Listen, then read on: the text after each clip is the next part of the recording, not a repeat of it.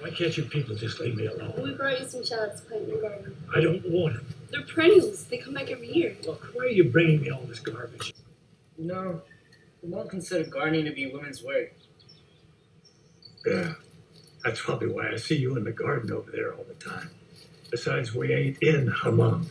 So I know that I do my videos on history and culture and geopolitics, but today I want to get into a subject that I am very, very much so passionate about, and I hope to make you passionate about this subject as well. I am talking about gardening. Gardening is truly a beautiful activity. It's not just about putting seeds in the ground and watering them and eating vegetables and fruits. It is truly a part of a state of mind. It is a reflection of a state of mind because we come from the earth. In fact, we are earth. We are earth. God took clay from the ground. He took earth and he breathed the breath of life into that earth. So we are earth. And so gardening is truly a participation in the true essence of humanity, in the true essence of our creation, in accordance with how our Creator created us. Our Creator made us from earth, and so part of our nature is to go to the earth and to participate in the process of creation. It is truly a beautiful thing. And so I really believe that societies that have emphasis on gardening and growing vegetables and fruits, they have an emphasis on growing their own food. I truly believe that that is a reflection of the disposition of that culture. It is a reflection of their resilience and of their will to independence. And it is really it's a form of resistance. Gardening is political. Gardening is political because it is a way of telling the industrial farms of the entire system of standardization to go screw itself. And this is the reason why America is so saturated with the obsession with standardization. And you can go to other countries and you can find this, but America is the motherland of this way of thinking, and it is ubiquitous. In fact, that's not even a good term to describe it. A more adequate term is it's freaking cancerous because it's everywhere and it has spread like a plague, not just in my generation. In fact, my generation has began, of course, this is not the majority, but it has began a strong movement of going back to gardening, which is why they are a huge amount of millennials who have gone back to gardening, which is a beautiful thing. But if you look at the boomer generation, your parents' generation, and even your grandparents' generation, there is an obsession with something so evil and abominable. It's called the lawn. America's obsession with the lawn is an abomination. Lawns are an abomination. They are truly evil things. Now, before I go on, let me first pre-qualify something, actually. I understand that lawns are demanded by the HOA under which you are living. I understand that the despotism, the tyranny of homeowners associations, they demand that you have a lawn. Not only do they demand that you have a lawn, they require your lawn to be a certain size. You have to cut the lawn by a certain amount of centimeters, and if, God forbid, a blade of grass is just 0.5 of a centimeter too high, you will get a notification on your door saying you have 48 hours or 2 weeks to cut your lawn, or else you are going to be fined $200 every week or something like that. And I've seen HOAs that are really this despotic and tyrannical and just pure freaking evil and cancerous. So I understand that you have to have a front lawn, but your backyard, they can't really tell you what you can and cannot do for your backyard unless you're in one of those neighborhoods where you have absolute snobs living amongst you. But for the most part, you can garden in your backyards. Now, years ago, I began gardening, seriously gardening. This was back in 2013. I had no idea what I was doing. But I really wanted to garden. And in around 2015, that was the year, 2015 was the year when I had a realization as to what type of land that I was dealing with in my backyard, and I had more of an awareness of the microclimates in my backyard. Which types of plants worked in which parts of the backyard. In your backyard, you're going to have microclimates. Certain areas are going to have trees, and certain areas are going to be more shady than others. These are what they call microclimates. And so in 2015, I had, in a way, a revelation, like how my backyard worked. And the more you're going to garden, the more you're going to be familiar with your backyard. Your backyard is going to become your little farm. It's going to become your little growing space by which you can express resistance to the evils of industrial standardization that has conquered the minds of the American people. And I'm not doing this video to look down on Americans. I'm doing this video to maybe just somehow spread a little bit of gleaming light into somebody's mind, to inspire them to break free of the fetters of this obsession with the lawn and this complete dependence on the grocery store. I understand you have to go to the grocery store. I go to the grocery store. You know, I don't have cows in my backyard. I'm not saying that you have to be completely self-sufficient, but as one Australian guy put it, you have to be sufficient in at least something. Try to be sufficient in at least something, because if you are sufficient in at least something, it is still a little glimmer of an expression of resistance against this tyranny of standardization that we are living under. And so but at first, you know, in 2015, I got this epiphany. And that's when I began to grow, not extremely well, but I began to grow a lot better than the prior years. And part of this inspiration was my experience in Spain.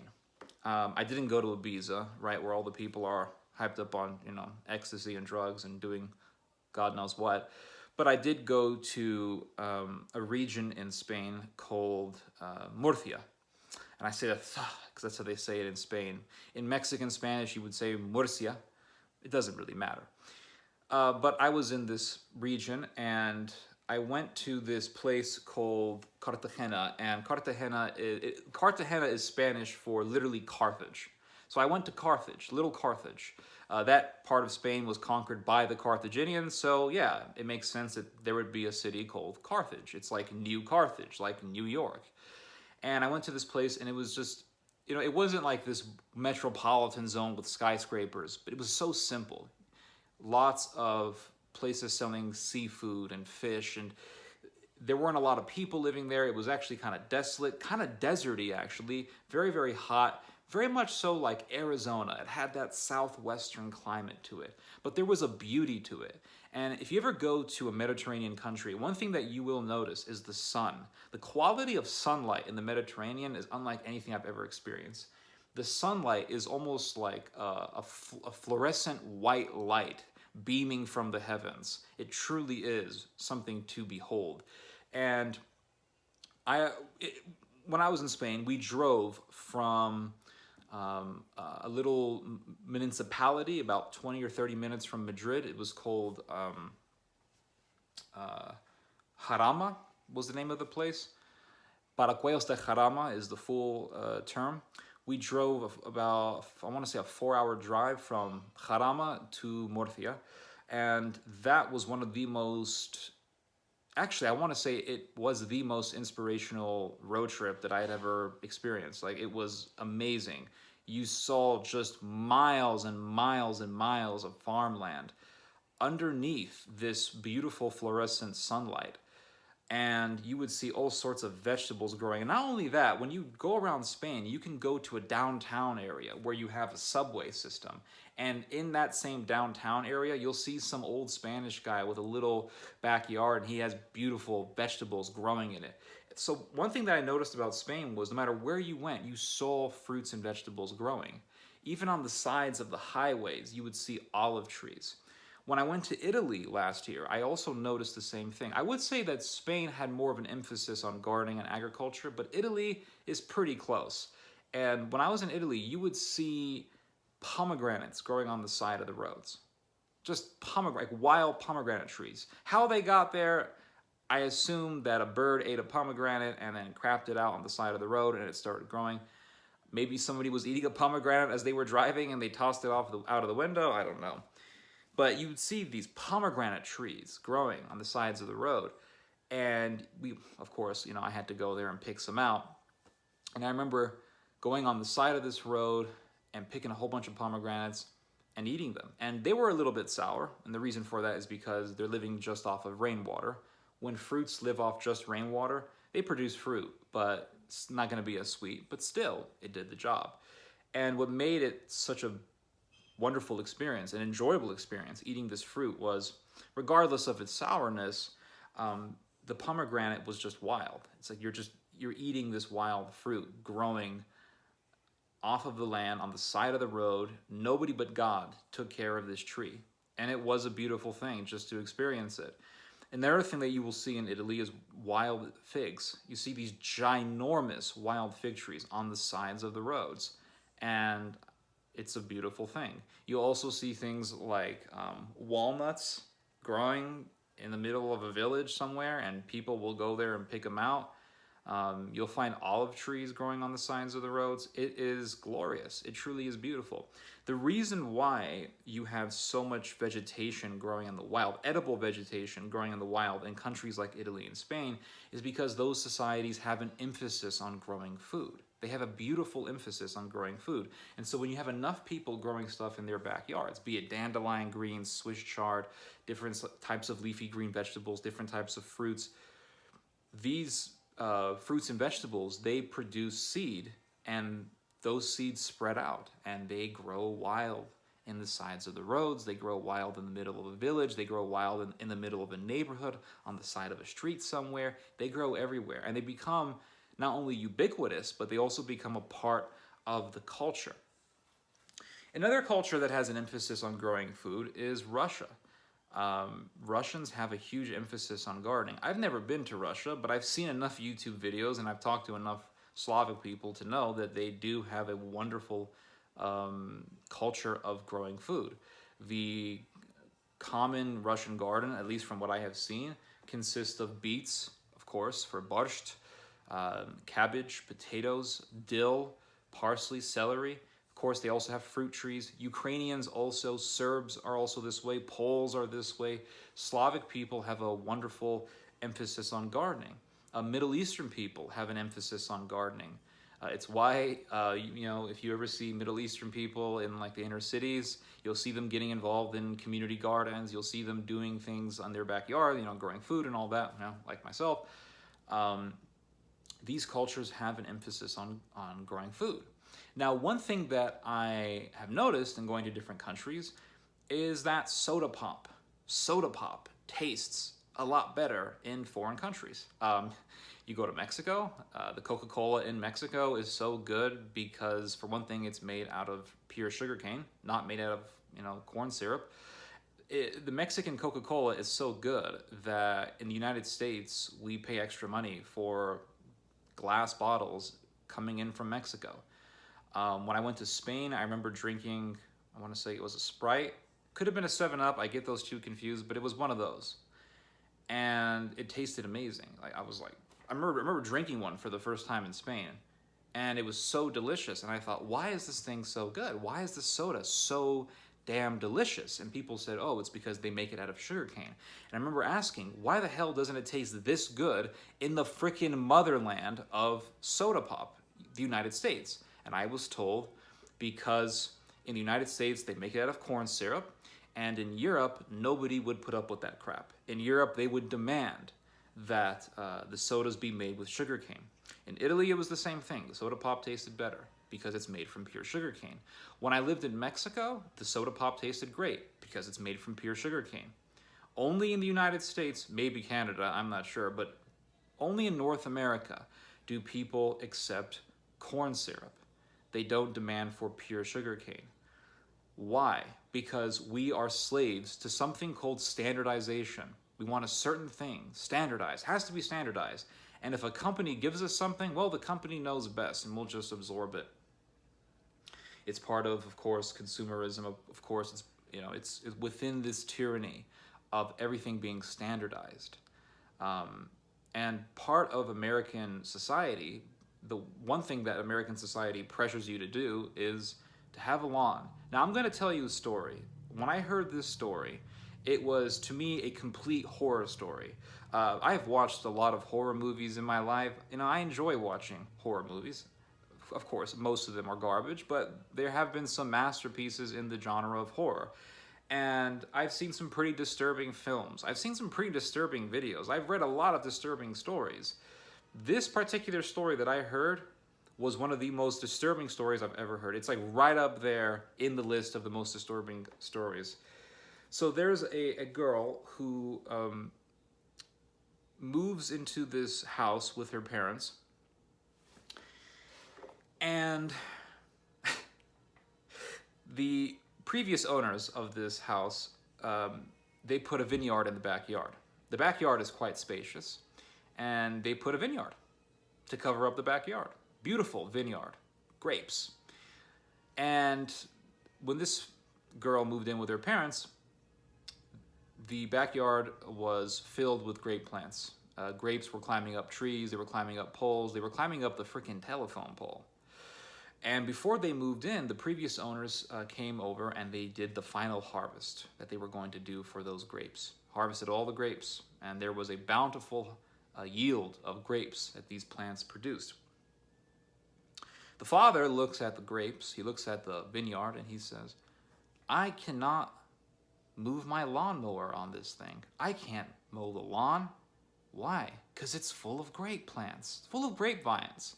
I can't tolerate this. The daughter begs her father not to destroy the vineyard, but he does it anyway. Why? Because, hey, I can just get grapes from the store. And if I can't move the lawnmower to appeal to my ego, if I can't fulfill this obsession of showing how I maintain my property by mowing the lawn, then whatever is impeding my egotistical aspiration, I have to destroy it. Because you can't move that damn lawnmower on that place to show your neighbors how responsible you are. Your ego gets so agitated that you have to destroy this beautiful vineyard. One of the most horrifying stories I've ever heard. You don't need to be sufficient in everything, but at least be sufficient in something. Be self-sufficient in something. And if the land gives you grapes, dang it, accept those grapes. Now, I want to show you guys something. I've noticed this horrifying trend on the internet. There is a plant that I recently began growing. It is called common mallow. It thrives very well in the Mediterranean. And it's a part of the Malvaceae family, which makes it a cousin of okra. And it produces beautiful round leaves that are extremely nutrient dense and somewhat slimy. They produce also beautiful, beautiful flowers.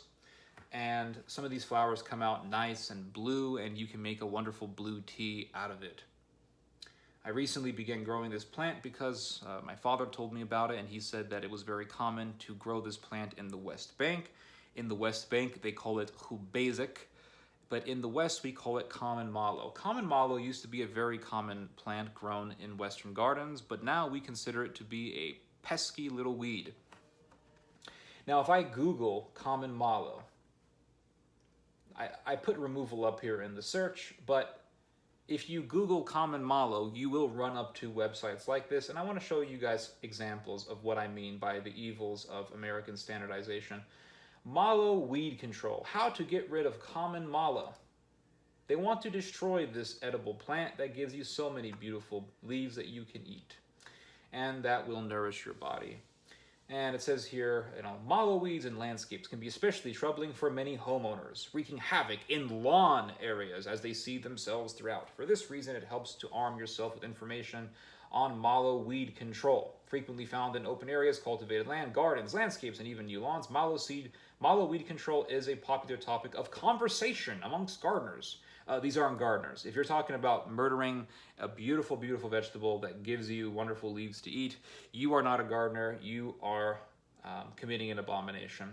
Mallow weeds are particularly troublesome in new lawns where they can produce a tremendous number of seeds long before a homeowner may even know that there is a weed control problem. I got on my riding lawnmower, my John Deere lawnmower, and I saw this evil plantation of mallows. They've taken over my yard. What am I gonna do? I can't show my neighbors that I'm responsible, that I maintain my property. The grass is gonna grow a few centimeters high because this mallow plants, they're just everywhere. The grass can't be seen with this wonderful plant. No, it can't. Mallow weeds have an extremely deep taproot and spread close to the surface of the ground. I really want to grow this plant now. I really want to grow this plant now. Now that I know that it spreads everywhere, and it's going to be giving me free plants to eat the next year, now that I know that it has a very, very deep root, which means it's going to be a healthy, thriving plant, I really want to grow them. It says here leaves are rounded with 2 to 5 lobes, and tiny flowers appear in the spring, lasting through the fall. Beautiful. These flowers last from the spring to the fall? Why the hell wouldn't you want these plants? Again, the blooms may be pinkish white to purplish pink depending on species and where you're located. Every single morning, I have this neighbor who, at around 7 a.m., sometimes 8, but usually like 7, around there, he starts mowing his lawn or weed whacking his lawn. And I'm like, you do this every single morning. Like, what the hell? You're whacking this lawn to death. What's the point? Like, you haven't done what you needed to do in one day. You got to do this every single day. Well, the grass went up 0.3 of a centimeter. That 1/4 of an inch of a centimeter makes all the difference. People are going to walk by. It's not going to have curb appeal. I maintain my property. I am a responsible boomer. Talks about using herbicides. It's pretty horrifying. I mean, this is horrifying stuff. But look at this beautiful plant.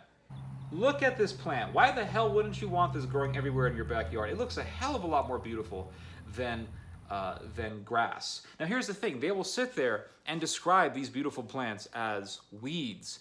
They spread all over the place. But yet, the most invasive plant on earth is grass. And that's what they want in front of their houses. That which produces food and nutrition for your body, we want to destroy. That which provides nothing for your body, for some reason we want to keep that. What does that tell us about our American culture? What does that tell us about our society? That we cannot appreciate the food that God gives us through the earth. What does that tell us? It's a reflection on us. It is a reflection of our hatred of beauty and of our embracing of ugliness. And we have standardized ugliness to the point that we are then pressured to conform to this religion that embraces ugliness under the guise of being someone who maintains your property. This is truly an abomination. Anyway, you guys just heard some theology. God bless.